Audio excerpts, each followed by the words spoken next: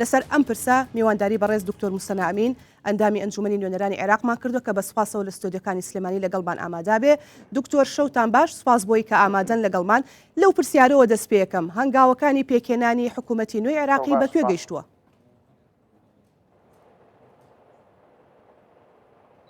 بەڕاستیدا سڵاو ڕێزم بۆ بەڕێزت بۆ بینەرانی بەڕێز. ئەوەی کە تا ئێستا هەیە شتێکی ڕوون نییە، هەمووی وەکۆی کە بەڕێزت باست کرد کۆمەڵی سیناریۆیە کە هیچ سیناریۆیەکیان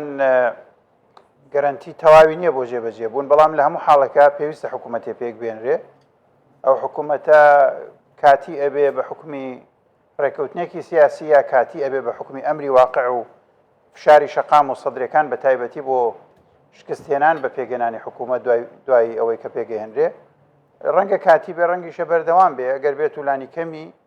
چاوەڕوانیەکانی شەقام و سەدری تیا بێ، ڕەنگە حکوومەتێکی بەردەوامیش بێ و خولە پەرلەمانیش تەواو بکە، بەڵام ئەماگەرێکی دوورە لەگەڵ ئەو دابشبوونە قۆڵەی کە لە شەقامی شیعی هەیە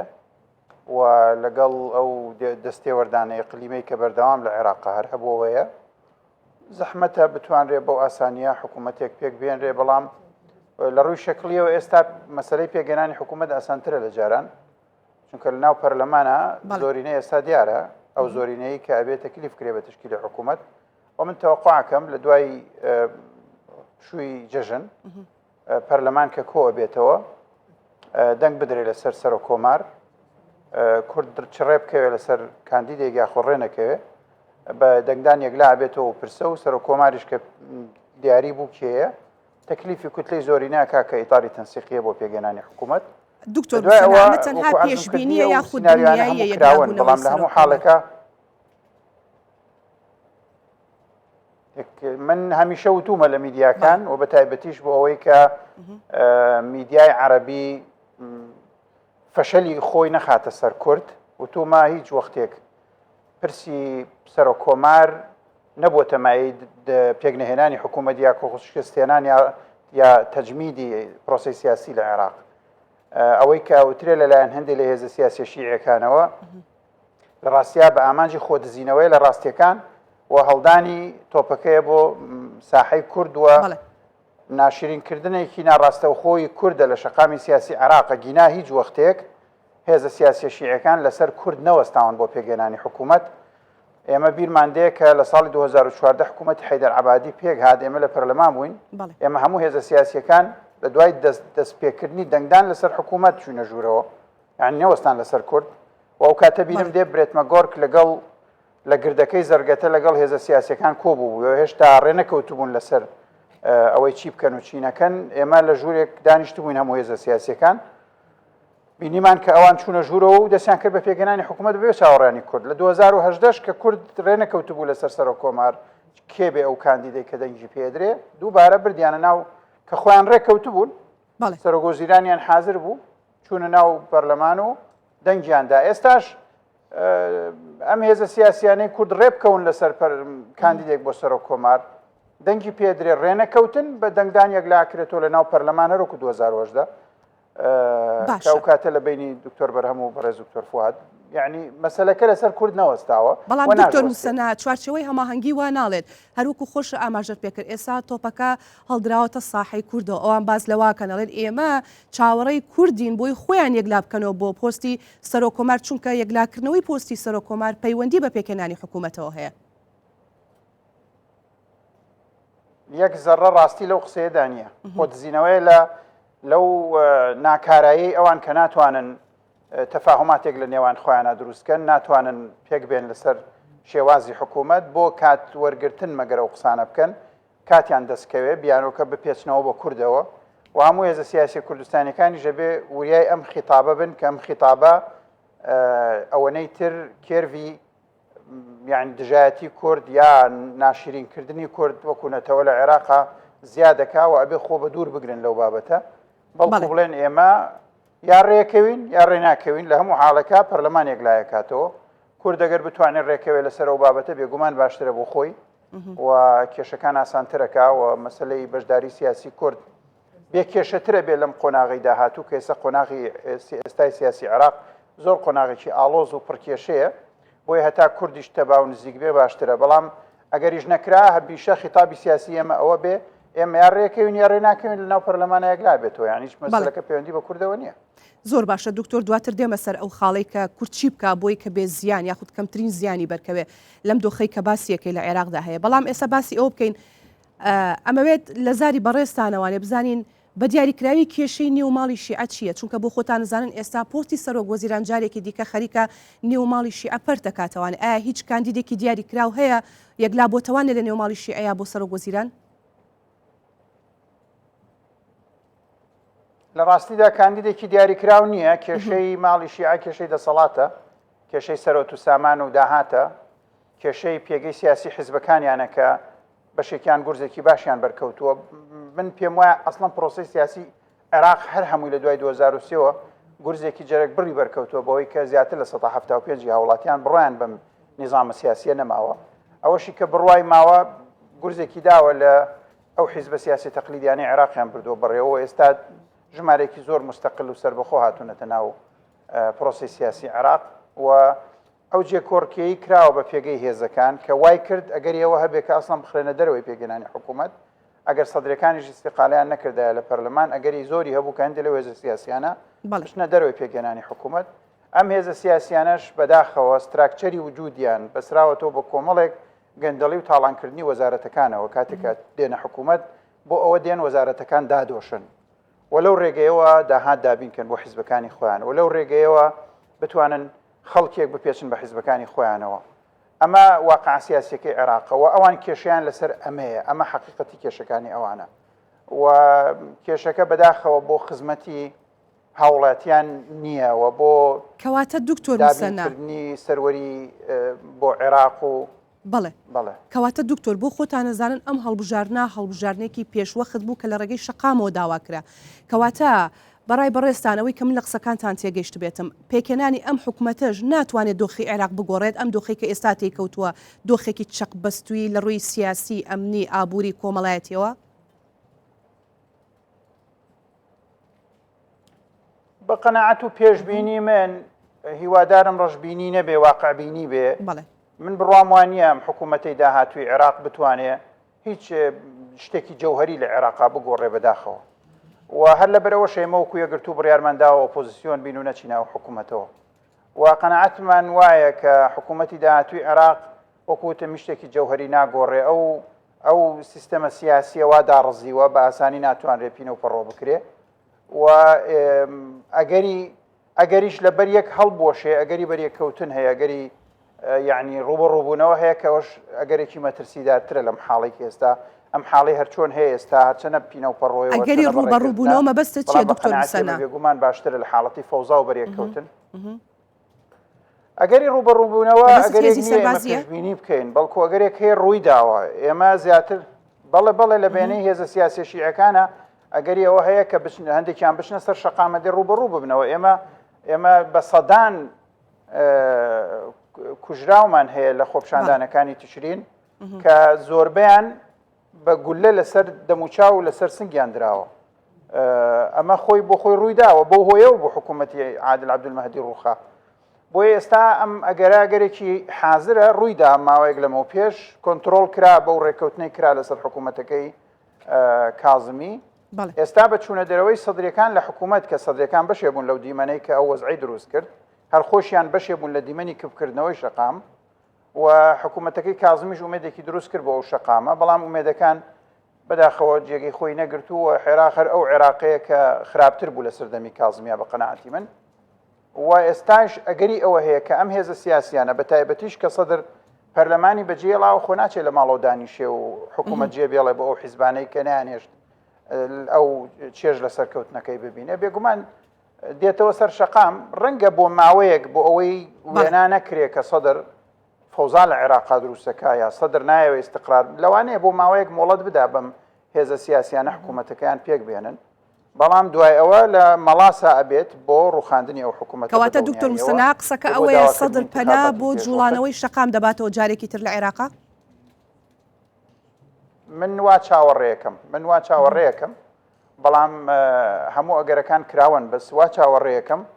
کە سەدر و بە تایبەتی ئەو شەقامە عێراقیش کە زۆر ئاسانە جوڵاندنی ئەلبەتە شقام هەمووی بەدەست سەدرەوە نییە باوەش لە بەرچاومان ڕوون بێ بڵێ بەشێکی گرنگی ئەو شقامە لەو خەڵکانی هەڵبژاردۆ کە ئێستا هاتوونەتە ناو پەرلەمان و بەشێکی ئەو شقامە بەدەستهێزی ترەوەیە بەڵام سەدرەکان بەشێکی گرنگی شقامن و هەمیشەش توانای جوڵاندنی شقامیان بەهێزە چونکە ئەوان عاتیفە و سۆزداری و باوەڕداریکی دینیان هەیە بۆ بەڕێز موقتەدە سەدر بۆیە دەروێشانە شوێن قسەی شێخیان ئەکەون و ئەگەر شێخیان بڕیاریدا کە بێنە سەر شقام دێنە سەر شقام و بە گروتینیشەوە دێن قەزیەکەشەوەیە کە ئەوان دێنە سەر شقام ئەوان هێزێکی بێچەک نین هێزێکی چەکداریشن و هێزێکن لە ناو قوڵایی دەوڵەتی عێراقیشە کادر و پێگاتیان هەیە بۆیە بەڕاستی ئەگەری بەریەکەوتن ئەگەرێکی واردە کە هیوادارم شتی وا ڕوو نەدایانی ئێمە هەرگیز ئاوات بۆ ناخوازیین و ئەو بمەترسیدارە بۆ هەموو عێراق و بە هەرێمی کوردستانیشەوە بەڵام بەرحاڵەوە ئەگەرێک کە ڕەنگە ڕوو بدا بۆیە دیمەنەکەی عێراق بە شێوازێکی گشتی دیمەنێکی ئاڵۆزی و تەمومژاویە چاوەڕوانیەکان و پێشبینیەکان زۆر زەحمەتن و دەرەنجام ئەم خولەی پەرلەمانی ئێستا خولێکە پڕێتی لە کێشە و ئیشکالیات و ئاڵۆزی دکتۆر موسەنە ئەم حکوومەتە بەبێ سەدر تا چەند دەتوانێت لەسەر پێیەکانی خۆی بۆستێ وەکو بەڕێزی شت باست کرد کە سەدر بێدەنگ نابێ و ناچێتە ماڵەوە دانیشێ و سێری دیمەنەکان بکات چونکە نەیانێشتووە چێژ لە سەرکەوتنەکەی ببینێ کەواتە ئەکرێت یەکێک لە سیناریۆکان ئەوەیە کە سەدر بگەڕێنەوە ناو پرۆسەکە و بەشدار بێ لە پێکەنانی حکوومەتدا ئایا ئەمە ئەگەرێکی نزیکە؟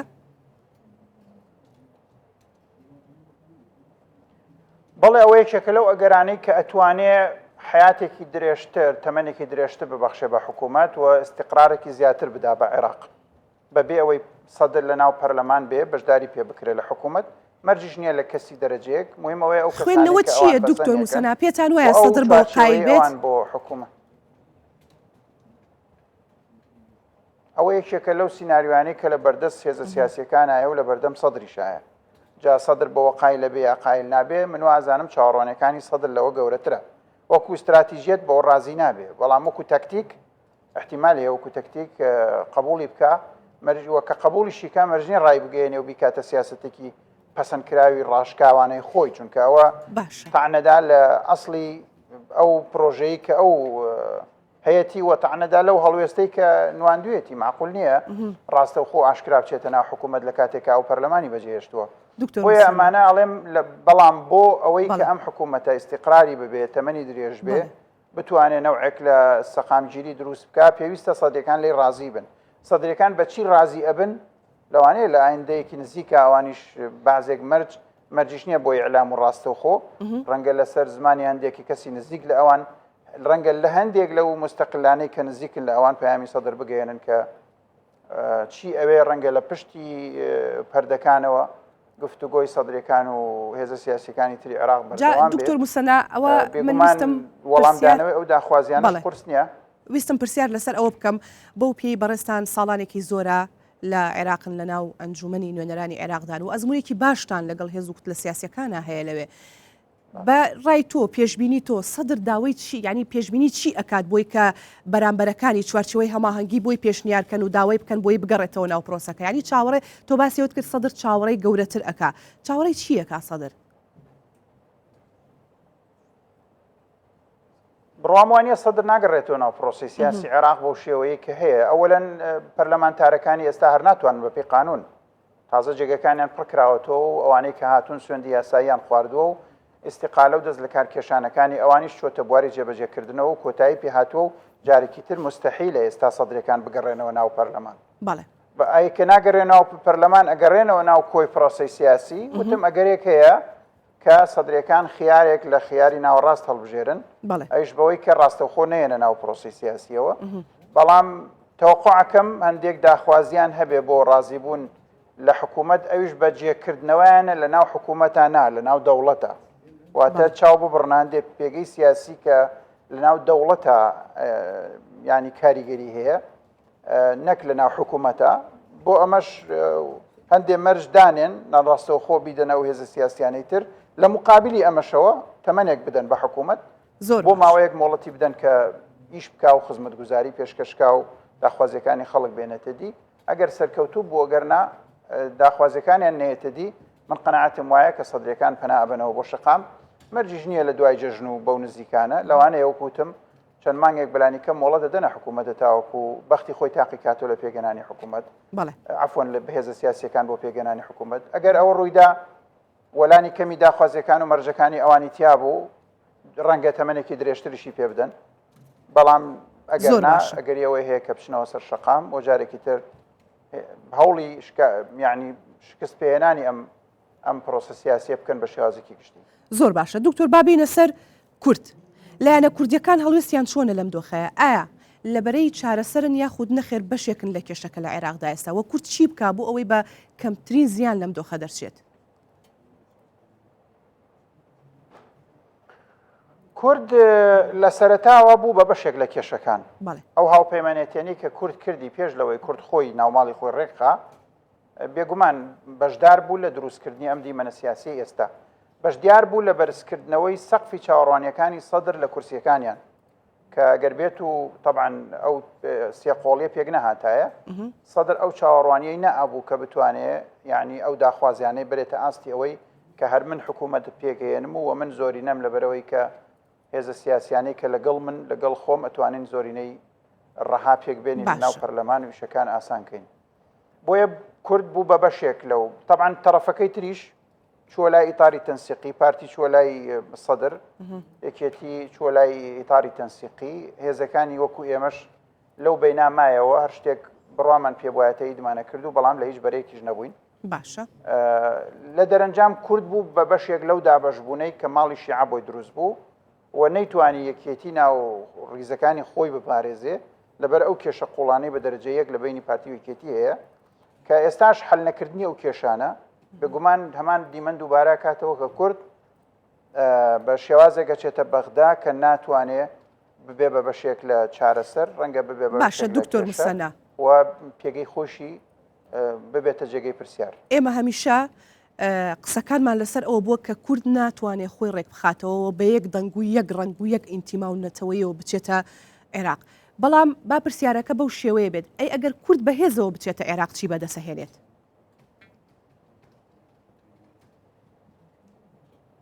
کورد هەتاوەکو یەکگرتووتر بێ و استراتیجێتێکی نیشتیمانی هەبێ و ڕوون و جوان دیاری کردبێ کە خاڵی جەوهری ئەو ئامانجانەی چییە کە ئێوێ لە بەغابی پێکێ بێگومان پێگەی سیاسی کورد بەهێزترە بێ و ئەو کاتە کورد دەبێ بە بەشێک لە چارەسەر و ئەبێتە دەواازەی چارەسەر و ڕەنگە ببێ بە سەرتەری گفتوگۆکانیش لەبەرەوەی ئەوان ناوماڵیان پەرتە ئێستا و دابەش بوون و سراع و کێشمەکێشیان هەیە ئەو کاتە تۆ کە بە یەکگرتو ببی بێگومان تۆ پێگەی سیاسیت بەهێزترە کێشەکە ئەوەیە ئێمە خۆمان لە ناو واقعی کوردستانە کە عێراق ئەوەی لە بەغدا هەیە سێبەری ئەمەیە کە لێرە هەیە وەختێک دارێک شکاو بوو سێبەرەکەی ڕێک دەرناچێ و ئێمە لێرە کێشەی قوڵ و حەقیقی و جدیمان هەیە چی ئێمە وەکو معارەزە لەگەڵ سوڵتە کە پارتی وێکێتین وەچی پارتی وێکێتی لە بینی خۆیانە لەگەڵ بوونی ئەو هەموو شەراکەت و بەرژەوەندی و وەزعی کە هەیەە لەگەڵ یەکتری کێشەی قوڵیان لەگەڵ یەکتری هەیە بۆیە نەیانتوانیوە نەیەکێتی ناوماڵی کورد بپارێزن نەیەکێتی ناوماڵی خۆشیان وەکو سوڵتە بپارێزن کە بێگومان دابەشبوونی ئەم دوو هێزەی سوڵتە تەسیرەکان لەسەر پێگە و داخوازیەکانی کورد لە بەغدا و ئەوان لەو درزەی کە دروست بووە سوود وەرەگرن دەرەنجام لانی کەمەکەی ئەوەیە کە کورد ناتوانێت ببێتە بارتەقای ئەو هینە ئەو وەزعاوە ناتوانێت ببێتە یەکلاکەرەوەی هێزێکی یەکلاکەرەوە چوان دێکجار هەند لەوانەیە کێشێک کەم بێ خۆی گەورە و زۆرینە نەبێ بەڵام بتوانێت لە باڵانسی دوو هێزیترا ببێتە مڕەجیح و یەکلاکەرەوە کورد دەیتوانی وەکو عەرەب پێڵن بەیضەت القەبان ینی ئەو ڕۆڵە ببینێ کە بتوانێت یەکلاکەرەوە بێ ئەندێجار کە ئەوان لە بینی خۆیانە دابەش بوون بەڵام کورد نەیتوانی ئەوە بکە بۆیە بە لاوازی چووە بەغدا و ئێستش ئەگەر ئەمە بەردەوام بێ لاوازیەکە زیاترە بێ قەزیەکی تریشەیە کە ڕەنگە وا بکە کورد زیاتر دابەش ببێ لە بەغدا ئەویش ڕوئیای هێزە کوردستانیەکانە بۆ ئەو کێشانەی کە هەیە لە نێوان هەرێمی کوردستان و لە نێوان بەغدا ئەو کێشانە دوو تابعی هەیە تابعێکیان نەتەوەییە و هەمومان لەسەری کۆشین بەس تابعێکیان مەسلەیەکی نەتەوەی نییە لەوانەیە بۆ چونمان لەسەری جیاواز بێ وەکو پرسی نەوت مەسەلەن یەکلاکردنەوەی پرسی نەوت مەسلەیەکە یاخود مووقف لە محکەمەی اتحادی مەسئلەیەکە ئەبێ بەڕاستی کورد بە جۆرێکی تر مامەڵە لەسەر ئەمە بکە بەڵێ. ئەگەر سیاسەتی حکوومەتی هەرێم بەردەوام بێ لەسەرەوەی کە یعنی ئیسیهانە بە محکمە ئیتیحادی بکە یا تەحەدای محکمە بکە بەڵێ. یا مەلەفی نەوت بەو شێوەیە کە ئێستا هەیە بەردەوام بێ بەبێ هیچ گفتوگۆیەک و تێگەیشتنێک لەگەڵ حکوومەتی ئیتیحادی ئەمە زیاتر کوردا بەشەکە چونکە بەڵێ. جمهورێک هەیە لە کوردستان چاوەڕی هێزە سیاسیەکانە لە بەغدا کێشەکانی بۆ چارەسەرکەن دەواازەی چارەسەری ئەم کێشانەش بەوە ئەبێ کە کێشەکانی نێوان حکوومەتی ئیتیحادی و بەغدا ئەبێ ئارام کرێنەوە بەرەو چارەسەر ببرێن نەک بەرەو ئاڵۆزی و یعنی کێشەی زیاتر چونکە ئێمە ئەخاتە ئەو بەردەم ئەوەی بنمونە ئەگەر مەسلەی کێشەی نەوت و دارایی حل نەکرێت ئێمە کەوینە بەردەم ئەوەی کە هیچ داهاتێکمان لە بەغداوە ئیتر بۆ نایێت ڕەنگەس بینێ یعنی تا ئێستا دەرمانیان نردووە بەعزێک خۆراکیان نردووە لە زمانی ئەو حیسەی تەموینی و بایعی بعضێک نەوت و بنزینیان نردووە شتی تریان نردووە 200 ملیاریان پەیامەکەت گەیشت لەوانەیە لەم داهاتوە هەموو ئەمانەش ببڕێ ئەگەر بێت و ئەم سیاسەتە بەردەوام بێت زۆر باش ئەو کاتێمە مەجبورە بین خۆ ناکرێمە هەبێ دەنگ بین لە مۆزای ئەمە شەبەیە یا لەگەڵ حکوومەتی هێرێم بین یا لەگەڵ بەغدا بین زۆر باشە حکوومەتی هێرێم خۆی ئەبێ ئەم کێشانە چارەسەر بە شێوازێک بەعقلێکی نیشتیمانی نەک بەبەر بەڵێ بەڕێز دکتۆر موسەنا ئەمین ئەندامی ئەنجومەنی نوێنەرانی عێراق کاتم تەواو بوو بە داوای لێبوردنەوە سوپاس بۆ بەشداریکردنت بۆ شرۆڤەکانت دەستخۆش